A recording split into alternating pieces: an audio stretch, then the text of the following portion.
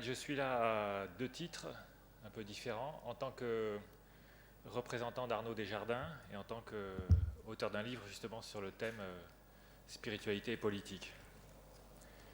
Euh, donc je vais commencer par le premier titre, en tant que représentant d'Arnaud Desjardins. Le Cheikh Khaled souhaitait que d'une façon ou d'une autre, Arnaud Desjardins soit présent à ce colloque, à cette manifestation. Donc je sais que Arnaud Desjardins est très connu dans le milieu spirituel en France, mais il n'est probablement pas en Algérie, donc certains d'entre vous doivent très bien voir de qui il s'agit et d'autres pas du tout. Je vais faire une rapide évocation de qui est Arnaud Desjardins. Donc il se trouve aussi que je suis son fils, donc voilà, mon père a maintenant 86 ans, 83 ans. On pourrait dire je pourrais évoquer trois aspects de son parcours. Le premier, c'est qu'il a été réalisateur de documentaires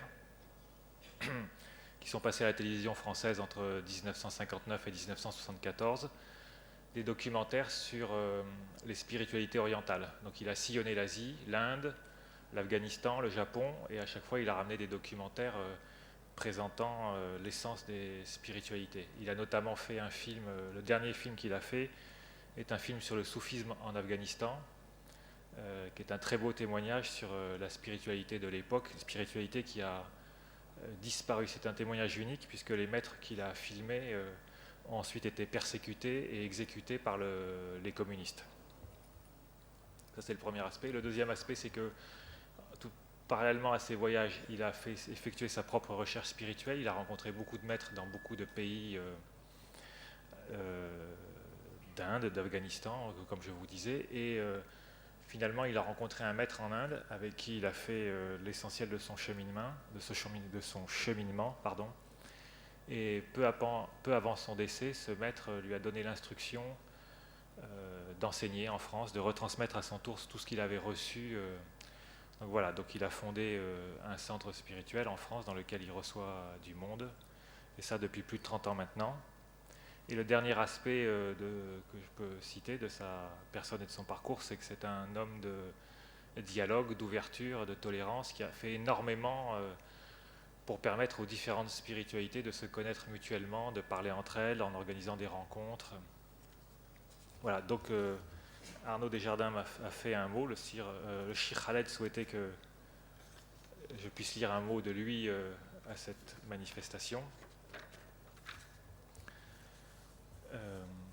Donc dans ce mot, Arnaud Desjardins a choisi d'évoquer un souvenir pour lui heureux qui a eu lieu dans une époque, un souvenir heureux dans une époque qui était très difficile puisqu'il s'agit de la guerre d'Algérie. C'est un événement qui s'est passé en 1961. C'était en pleine guerre d'Algérie, en pleine guerre d'indépendance, et c'est sa rencontre, il évoque sa rencontre avec le père, le Shir Bentounès de l'époque, c'est-à-dire le père du Cheikh Khaled. Chers amis musulmans, chers amis de l'islam, en écrivant ce message de fraternité et de communion, j'ai sous les yeux une lettre rédigée en français, mais signée en arabe, du Shir Bentounès. Mais cette lettre est datée du 21 janvier 1962. Vous devinez qui était alors le Shir. En effet, dans cette Algérie déchirée par les haines, les combats, moi-même, ma première épouse Denise, juive algérienne, et quelques Arabes avions passé autour du Shir une journée lumineuse, faite d'amour et de compréhension. À l'issue de la projection à Oran de mon film sur les ashrams de l'Inde, un médecin français, disciple du Shir, nous avait proposé d'organiser pour nous une rencontre à la Zaouïa. Ce fut ma première rencontre avec les soufis et le tassaouf, une rencontre inoubliable.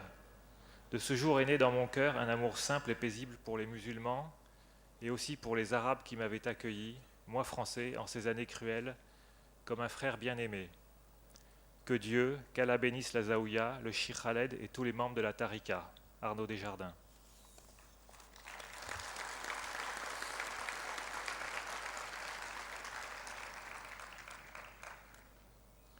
Alors je vous lis aussi la lettre du Shir Bentounès.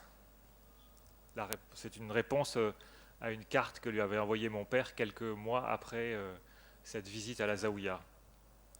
Mon cher frère, chère sœur en Dieu, la sœur en Dieu, il s'agit de ma mère. Cher frère, chère sœur en Dieu, c'est avec un très grand plaisir que nous avons lu votre carte et admiré le portrait du grand sage hindou que vous avez eu la grande amabilité de nous envoyer. Nous sommes heureux que vous n'ayez pas oublié l'agréable après-midi que votre visite nous a fait vivre pour le seul plaisir de Dieu. Nous aussi n'avons pas oublié et souvent nous parlons de vous, nous demandant où vous êtes, quelle est votre vie spirituelle. C'est avec un grand plaisir que nous nous rencontrerons à nouveau le jour que Dieu voudra, Inch'Allah. De tous nos disciples et de nous-mêmes, recevez les vœux les meilleurs pour l'année nouvelle. Nous vous remercions de ceux que vous formulez pour nous. Bien à vous en l'amour de Dieu, Shirben-Tounès. Si Arnaud Desjardins a souhaité évoquer cette rencontre, c'est, je crois, parce qu'en fait tout était là. Tout ce que nous vivons cette semaine, tout était déjà là en plus petit, c'est-à-dire la communion dans une époque troublée, dans une époque difficile, dans une époque où il y avait beaucoup de haine, un moment d'ouverture, de curiosité, d'intérêt pour l'autre, de respect.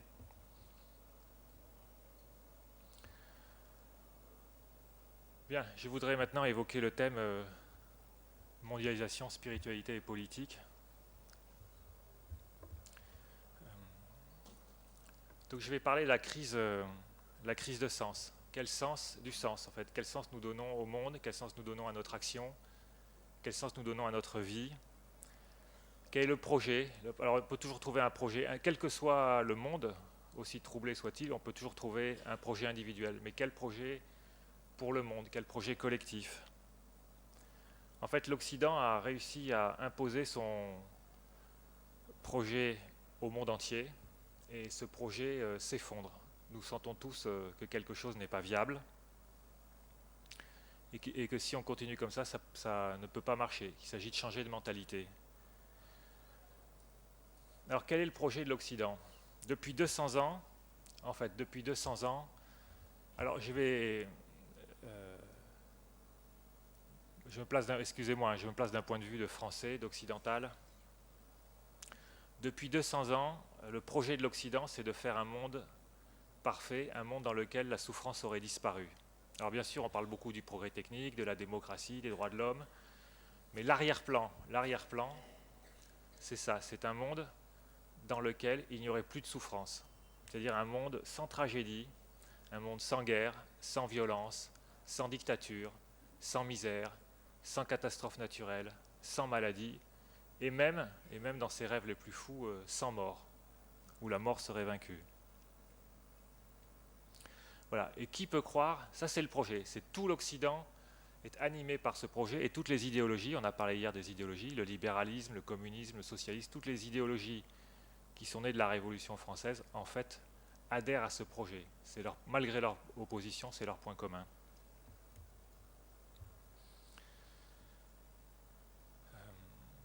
Or, qui peut encore y croire? Voilà, c'est ça la crise, le sens de la crise actuelle. Qui peut encore croire à un monde dans lequel, surtout si on continue comme ça, dans un monde dans lequel il y aurait plus de guerre, plus de misère, plus de violence, etc., plus de catastrophes naturelles. Donc nous traversons, donc du point de vue du sens, l'Occident et le monde qu'il a entraîné avec lui traverse une crise profonde. Une crise parce que nous nous retrouvons face au tragique, le tragique et les tragédies qui réapparaissent de tous les côtés. On a fait 200 ans qu'on cherche à se débarrasser du problème et le problème ressurgit de manière très spectaculaire et de tous côtés. Alors l'Occident pour réaliser ce projet, comptait sur des moyens inédits dont ne disposaient pas les générations précédentes, comme la science, le progrès technique, le progrès de la médecine, la croissance économique.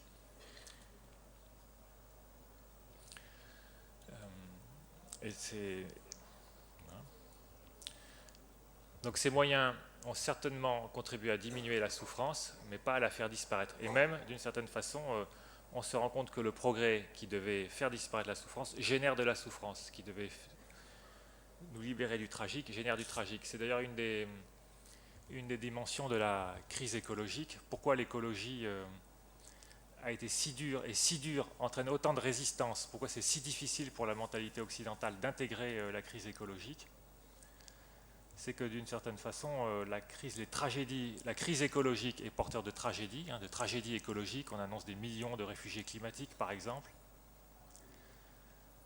Le progrès était supposé nous libérer des tragédies. Et les tragédies écologiques seront les premières tragédies créées par le progrès lui-même. Donc vous voyez, il y a une contradiction qui est absolument irréconciliable, quelque chose d'impensable. Je ne sais pas combien de temps il me reste, Monsieur le Président, que je puisse surveiller. 10 minutes. En fait, ce projet de monde meilleur, ce projet de monde, même de monde parfait, de monde de paradis sur Terre, se présente comme positif pour l'humanité et en fait contient beaucoup de violence. Génère, en fait, sa part d'ombre, c'est qu'il peut générer, il contient en lui-même beaucoup de violence. Ça, je vais essayer de décrire le mécanisme. En fait, quand on cherche une société idéale, parfaite, qui aura lieu dans le futur,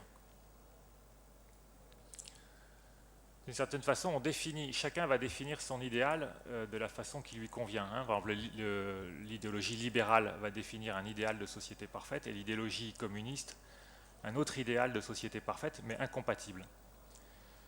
Chacun définit son idéal et, en gardant ce qu'il aime et en éliminant tout ce qu'il n'aime pas dans le monde actuel, et ensuite va dans le monde en se disant je voudrais que le monde actuel, je voudrais faire en sorte que dans le futur, le monde actuel corresponde à l'idéal que j'ai formulé, que j'ai défini, que j'ai inventé, dont je rêve.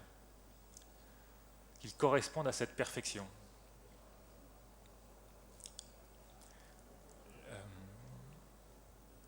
À partir de là, de l'amour d'une société idéale, parfaite dans le futur, si j'aime cette société parfaite dans le futur, ça m'amène à entrer en conflit permanent avec la société actuelle, qui ne correspond pas et qui ne correspondra jamais à ce modèle que je veux lui imposer. Donc de l'amour d'une société parfaite, qui aura lieu dans le futur, je passe à une hostilité quasi permanente pour le monde qui est là devant moi, devant mes yeux.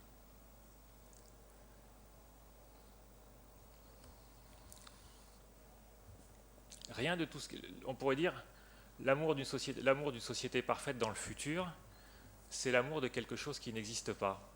Or l'amour, le véritable amour, c'est l'amour de ce qui existe. Rien de ce qui existe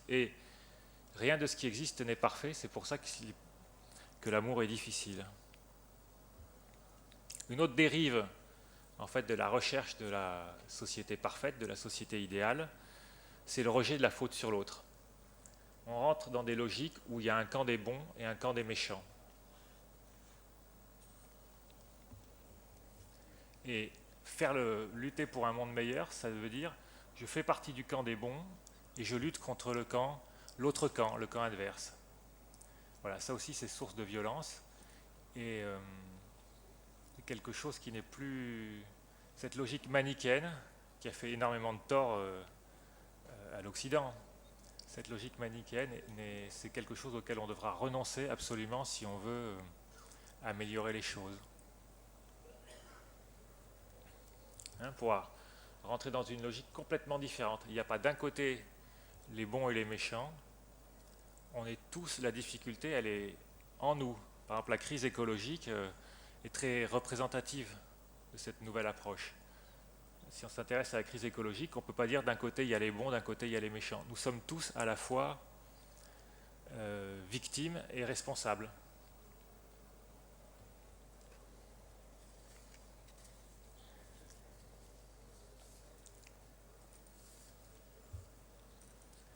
Alors, cette difficulté, avec le fait de faire face, je vous disais, le but du progrès, c'est de faire disparaître la souffrance. Si la souffrance perdure, qu'est-ce qu'on fait ? Une des difficultés de la logique progressiste, c'est de nous laisser complètement, c'est qu'à force de ne traiter la souffrance qu'en annonçant sa disparition, On ne traite la souffrance qu'en annonçant sa disparition, qu'en promettant sa disparition, qu'en cherchant des moyens de la faire disparaître, de s'en débarrasser. Ça nous laisse très démunis, très très démunis, comme nous sommes face à elle, quand nous devons affronter la difficulté, affronter le tragique. Je vais boire un peu d'eau, merci.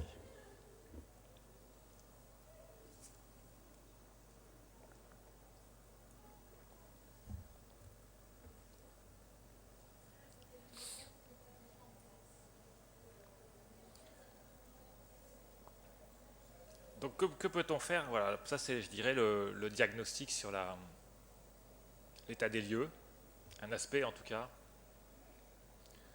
Euh, Qu'est-ce qui est possible alors? Voilà, c'est là où la spiritualité intervient pour nous proposer une approche radicalement différente de la souffrance. La logique du... C'est pour ça que c'est très difficile, il faut bien se rendre compte que c'est un changement de mentalité est indispensable. Il sera difficile et il va rencontrer beaucoup de résistance. Parce que dans la logique progressiste, en tout cas dans la logique progressiste en Europe, dans l'Occident,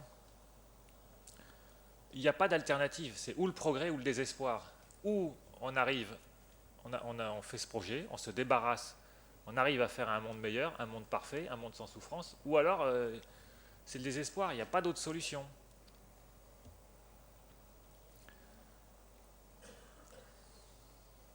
Donc en fait, voilà, c'est là où la spiritualité intervient pour nous proposer une approche très différente, une manière d'agir très différente et une manière de ressentir très différente. Donc alors la manière d'agir très différente, elle a été abondamment évoquée dans les jours qui précèdent. Je pourrais parler de la différence entre la toute-puissance et une autre manière d'agir. La toute-puissance qui est liée à la recherche d'un monde parfait en fait. La toute-puissance, quand il y a une difficulté, c'est d'arriver avec sa solution et de l'imposer de l'extérieur, d'imposer une solution, de trouver, voilà, je cherche moi de mon côté une solution et après quand je me confronte à la situation, j'impose une solution un peu plaquée de l'extérieur. Une autre manière d'agir, c'est de se mettre à l'écoute quand il y a une difficulté, de se mettre à l'écoute de la difficulté, de rentrer dans la difficulté, d'observer, de passer par un temps d'écoute et d'apprendre de la situation, de regarder s'il n'y a pas des forces de guérison, si la situation elle-même n'est pas potentiellement chargée de forces de guérison, s'il n'y a pas déjà des forces de guérison qui sont en sommeil. Et l'action ne consiste pas à plaquer la solution de l'extérieur, mais à appuyer, à renforcer des forces de guérison qui sont déjà là. Et très souvent, alors il y a des situations qui sont très très nouées, mais très souvent, dans chaque situation, aussi difficile soit-elle, il y a des forces de guérison en sommeil.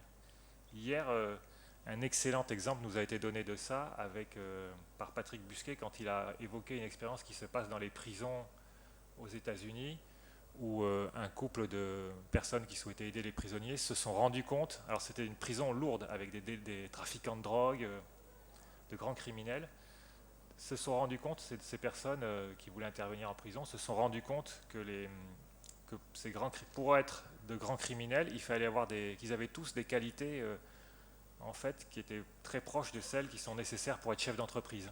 Et donc ils ont conçu un programme de formation pour que les prisonniers puissent utiliser ces qualités qu'ils avaient déjà, mais non pas pour devenir criminels, mais chef d'entreprise. Voilà, c'est typique d'une forme d'action qui cherche d'abord s'il n'y a pas, qui utilise, qui va chercher, qui trouve des forces de guérison dans une situation qui pourtant paraît de l'extérieur très bloquée. Hein. Des prisonniers, des criminels endurcis dans des prisons. Donc ça, c'est une manière différente d'agir. Il y a aussi voilà, le plus intime, le plus profond de l'approche spirituelle, et je vais terminer avec ça, c'est une autre manière de ressentir. Voilà. Je voudrais évoquer ce que je pourrais appeler le cœur brisé. Voilà, c'est quelque chose qui est assez courant un procédé qui est courant dans la spiritualité, de prendre une expression qui évoque quelque chose de difficile ou de négatif chez les gens et de dire voilà, en fait, c'est le beau du beau. Le beau du beau, c'est le cœur brisé. La souffrance au niveau... Alors le cœur brisé, au niveau ordinaire, c'est... par exemple, voilà, je suis amoureux d'une femme, elle me quitte et j'ai le cœur brisé. Ça, c'est pas... Évidemment, c'est pas ça le sens spirituel de cette expression. C'est vrai que quand on est confronté à la souffrance, celle des autres, d'abord on peut partir très enthousiaste, mais quand on est confronté à la souffrance, que ce soit celle des autres ou celle ou la sienne propre, on risque de devenir, ça devienne difficile en fait, de terminer dans l'amertume. Et ça c'est l'amertume, le découragement, la tristesse, ça c'est le cœur brisé au sens ordinaire. Au sens spirituel, le cœur brisé, ça veut dire que quand il y a une souffrance, quand ça fait mal, quand ça devient frustrant, quand ça devient difficile, quand ça devient décourageant, c'est de se laisser de rentrer dedans, d'accueillir, de s'ouvrir, de ressentir. Je pense, je ne suis pas spécialiste, mais je pense que c'est un des sens de l'expression abandon à la volonté de Dieu. Parce que là, on est obligé de lâcher sa volonté propre, la volonté de l'ego. Aucun ego, dans sa volonté propre, n'a envie de souffrir, n'a envie de trouver la vie difficile, n'a envie de sentir du découragement.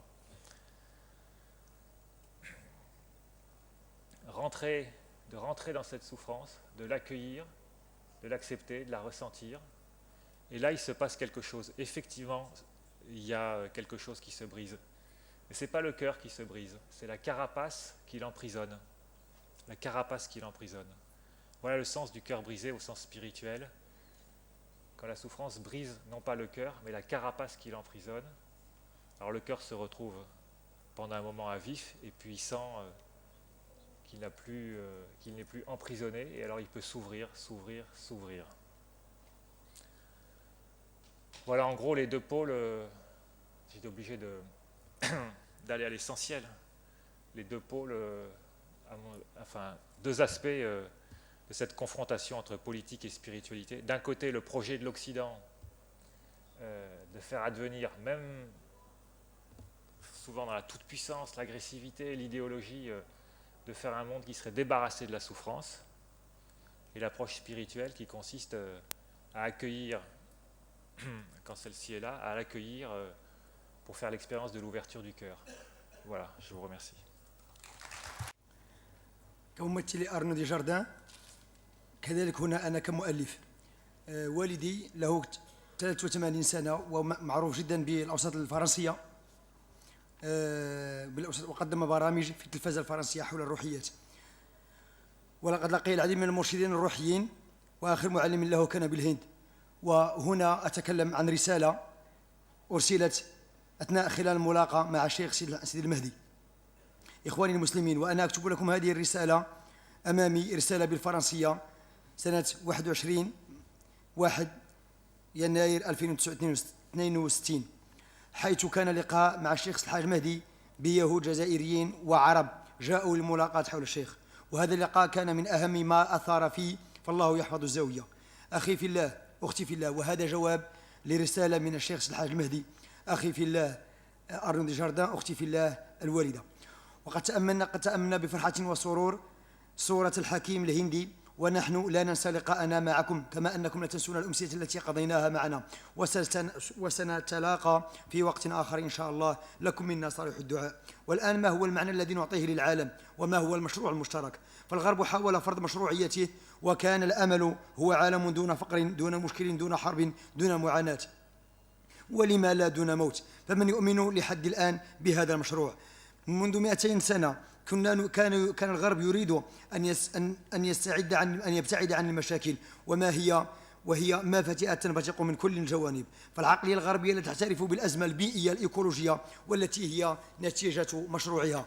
إذن لما يتم البحث عن عالم جديد؟ إذن كلما يتم البحث عن عالم جديد، كل منا يحدد رغبته حسب هواه. فكلما أحببت المثال الذي أريد خلقه مستقبلا، إلا وكان تصارعي مع الحاضر. وإنما الحب الحقيقي هو حب ما هو موجود، وهذا من الصعب وجوده. هناك ما هو حسن وما هو سيء. علينا أن نعلم أن المشاكل فينا وليست في الآخرين، فكل منا هو في نفس الوقت الضحية والمسؤول. إذا حاولنا التخلص نهائيا من المعاناة، فهذه هي المعاناة المعاناة نفسها، لأننا نجد أنفسنا مفترقين، وهناك يأتي دور الروحانيات التي تقترح تغييرا جذري لسلوكاتنا. وسنجد مقاومة شديدة، حيث النظرية التصورية لا تعترف بالوسطية، إما المشروع وإما اليأس، خلاف الروحانيات التي تأمر بالذهاب إلى صلب الموضوع. الأول، كلما كان هناك مشكل الحل يأتينا من خارج، أو الحل الثاني هو تفهم المشكلة والدخول إلى أعماقها. وفي الأخير فإني أقول أن عبارة القلب المكسر لا تعني القلب المدمر، وإنما تعني كسر الحواجز التي تحيط به.